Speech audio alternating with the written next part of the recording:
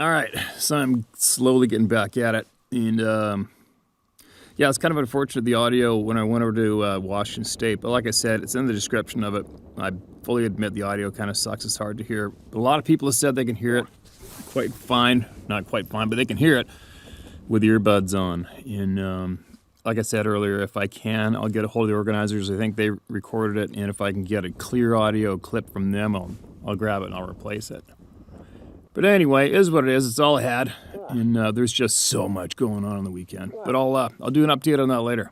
But anyway, check this one out. Listen to this. I've received this email quite a while ago. I just found it recently, and it's a crazy hunting story. But you gotta hear this one. I gotta share this one. Ready? Hey Steve, my name is Sean Faber. Watching your stories reminds me of my favorite 2 weeks of the year. My holidays used for hunting.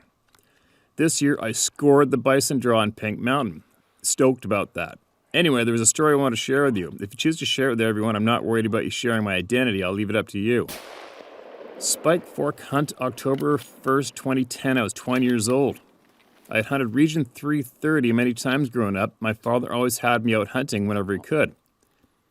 We tried years and years while I was a youth for the open Spike Fork moose hunt due to us never getting the lucky draw.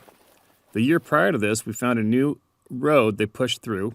Not much action that year due to the amount of workers in the area, but it climbed up to such a high point 200 yards above the peak of the mountain, then 100 yards of clear cut, and the 100 yards of trees they left on the peak. On that tree line, it overlooked most of the Bonaparte Lake. So in 2010, Spike Fork Hunt, I told my dad, drop me off at the end of the road in the pitch black early morning. I wanted to sneak my way up the Skitter Trail, up to the tree line, and set on my special stump while that first light came up. The stump had poor close-range visibility due to the willow and the brush, but raised terrain I could see a lot. So here I am, still dark, and I got to my spot. As soon as I sat down, I hear multiple cracks and snaps all around me. Blood starts pumping. Most sounded like a deer or multiple deer, but there was definitely one distinct crunch in the ground and very close. That's when I heard chewing. I knew I had a moose. As soon as the light started to come up, my brain was running 1,000,000 miles per hour. Oh my God. Could this be a spike fork? Doubtful. I was still pumped with adrenaline. Way too much morning coffee. I was just vibrating. As soon as the visibility was clear, the close crunching sound became less frequent. Last heard seemed about 20 yards down to my 12 o'clock, which is a high hump in the tall willows. The fog blocked whatever was moving up from my right, which sounded like deer. About 15 minutes after first light, a big brown-black body walked out half into the tall willows on the hump. I didn't even want to swallow. Staring into the willows with my binocs, all of a sudden I think I saw a wood. Not much, but it wasn't ears. Now my heart was beating so fast as I take a lean and try to calm my heart rate. It was a dirty shot, and I wasn't 100%, so I didn't rush pulling the trigger. I knew he would keep pushing through, and in another 10 yards he would run out of cover. All I was watching was the willow bushes shake and break as the moose was eating and making his way through it. Off the stump, on my lean, breathing is not controlled by any means. I'm safety off, trying to get confirmation. Focused on the moving willows, all of a sudden, boom! The concussion was so extreme, it felt like a muzzle blast in the face. I then, a split 2-3 seconds, where I went to fall over sideways to try to get some cover. I heard the sounds of moaning moose and thrashing when all of a sudden, bang! This time, as I heard the sound, I was hit in the face with dirt and rock. Screaming at the top of my lungs, fully camouflaged, 3 more shots go off in quick succession. I was laying in the fetal position, screaming, "Stop shooting! Stop shooting!" I didn't hear any more thrashing or moaning. Everything went silent. I shouted some more, still no response. Knowing the best bet was walking down to the tree line instead of through the willows, most likely would be the safest. That's when my dad called me on the walkie-talkie. He said, "Spud, was that you filling your meat full of holes?" No time to joke, and unsure if I had been injured by shrapnel, I just replied, "Pick me up quick. I was being shot at. If you see anyone on the road, tell them to hold their fire." I made it down to the Skitter Trail, back to the road running, upset and pissed off. That's when I came across the other hunter, shooting from a tripod on the front of his quad from the road about 200 yards.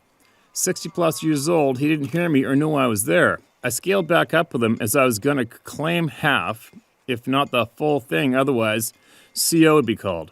When we got to the animal, 2 of the 5 shots hit it. 1 center of the rear quarter, 2x2 moose, and the other in the front shoulder. Being lectured on how I should have been wearing orange and he doesn't give a shit just got me bummed.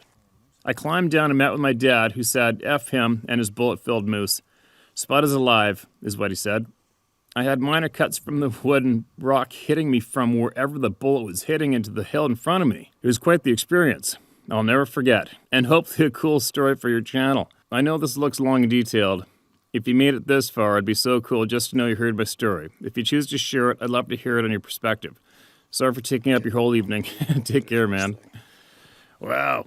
That's a shit-eating experience and a close one. Holy crap, what are the chances, eh?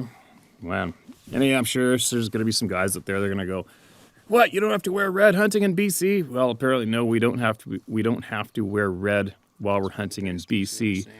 But we do have to know exactly what we're shooting at. And it sounds to me like that episode was just one of those 1 in a million episodes where a guy is actually right behind a frickin' legal bull moose in the dark, and it gets light out, and here's a road hunter a couple 100 yards away, sees the moose and starts frickin' laying waste to it with a wall of lead, and actually hit him in the face with shrapnel.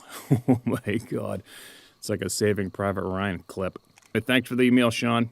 Glad you're still with us. I hope you go get another moose. I'm sure you've got one since, but yeah, man, that's a shit-eating experience. Very close, very lucky.